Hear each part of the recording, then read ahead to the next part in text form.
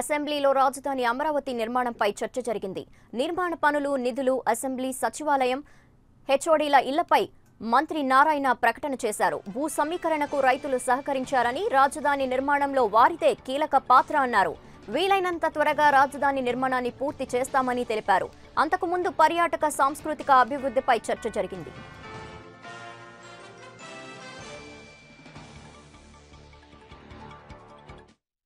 అక్కడ ఉన్నది కేవలం 8 మీటర్ల నుంచి 20 మీటర్ల అధ్యక్ష.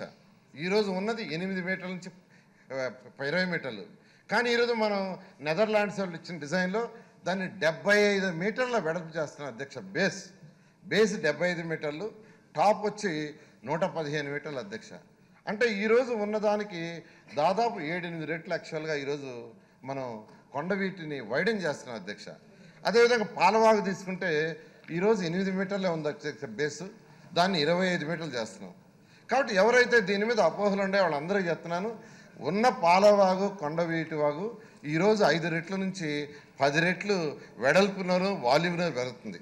అంతేకాకుండా వీటి మీద 3 రిజర్వాయర్స్ నిర్మిస్తున్నాం అధ్యక్ష.